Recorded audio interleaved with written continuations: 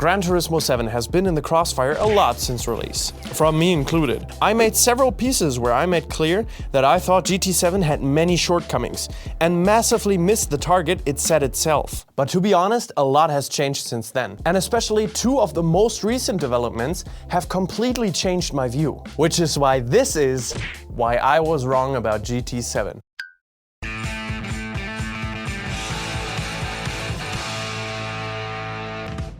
And with that, welcome back to Overtake. Gran Turismo 7 has become a staple of the simcade genre nowadays. Crazy how it almost feels normal to say that now.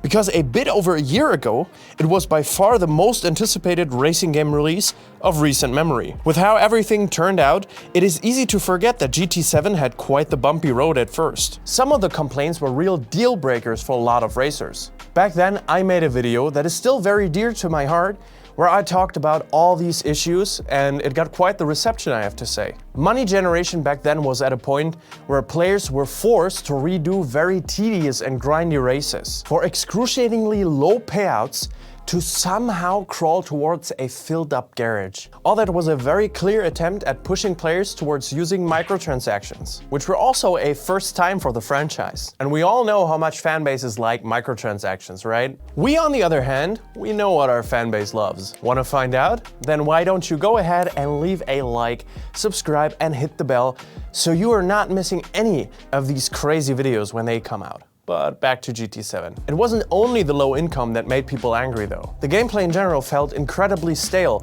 even after not playing for too long. Previously unthinkable, especially for a game like Gran Turismo, where in the titles before it was all about the different cars and settings, and in general making players excited to play it. But even my first run through the cafe felt more like a chore than anything. Chasing a car for the 20th time without any switch up at all, or goal in sight, was doubly bad. Because you didn't even earn the money necessary to buy what you wanted, and instead opened these FIFA packs from Wish every few races, only to get disappointed again. That all, and we haven't even mentioned the functionally unusable sport mode / multiplayer at the beginning.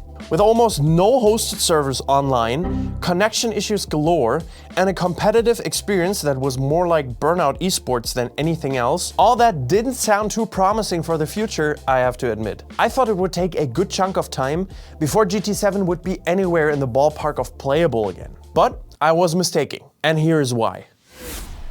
Traveling with a lot of baggage is never easy, but I can safely say that GT7 threw off almost everything that was holding them back. Looking at this graphic in particular already answers some questions. In the first year of the game, Gran Turismo 7 went on a content offensive, patching an additional 10% of cars after release, and a buckload of events and racing types. Very much needed after the bland start, which could often leave a sour taste in one's mouth. Usually I am the biggest critic of release the game and patch it into playable state afterwards, but I am so happy that there is an effort being made now. Nearly every of the 31 patches we got so far for GT7 brought new content. I mean, how awesome is that? Of course, driving the same BMW from a different year may not be the game-breaking development we've all been waiting for. With release, the car roster of GT7 was only a third of its predecessor. In terms of updates, there have also been some staggeringly easy but effective ones. Moving to 120 Hz for capable machines,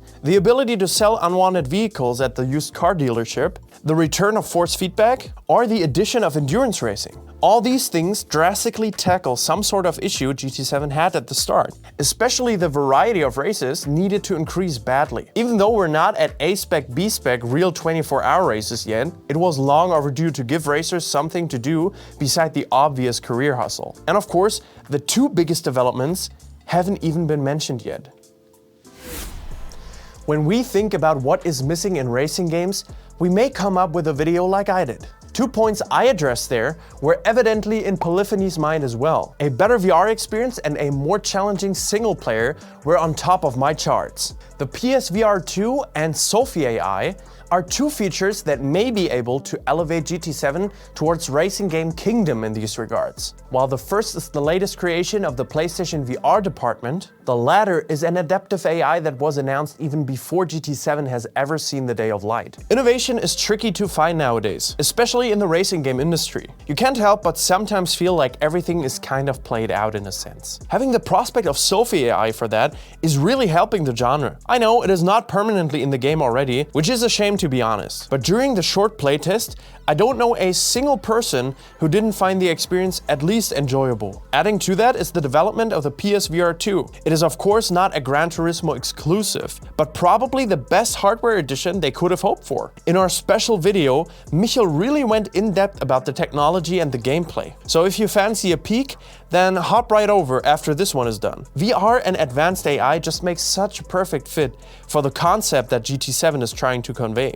The Gran Turismo franchise was always very player-centric and more than just simple racing. Adding layers of gamification to the most integral part of it, the single player, is exactly what you need to do. More importantly, GT7 now offers one of the only complete racing games there is, which offers close to everything without any drawbacks. If they play their cards right, GT7's future can only be bright. Something I didn't think was possible a year ago. But what could be a year from now? Some nagging issues still persist, but with how well other parts of the game have been worked on, we may be lucky here too. The multiplayer is still a bit of a chaos, especially in sport mode. With a very questionable penalty system, you often run into the issue of a small group of racers ruining the experience for everyone else. The easy solution is of course to tell the others to stay clean and grind some safety rating. Leave the dirty drivers in a pit of their own. But maybe implementing some of that Sophie AI knowledge to a working penalty system is the way to go. Important to understand is that Gran Turismo will never be seen as the place for ultimate multiplayer racing. But with sport mode, they have already adjusted everything well into the right direction. Now they just have to carry it over the line and make it more enjoyable for racers that don't have the will to kill. Some other areas are just accepted by the player base at this point. Ever since the implementation of some better paid events and the reintroduction of selling your own vehicles, the money situation is less dire than before. Yes, everything is still a grind, and yes, most of the time it still feels painful to do the same race a third time, just in order to farm some sufficient income, but it got more acceptable. Going for a few tweaks here won't hurt, but we will see.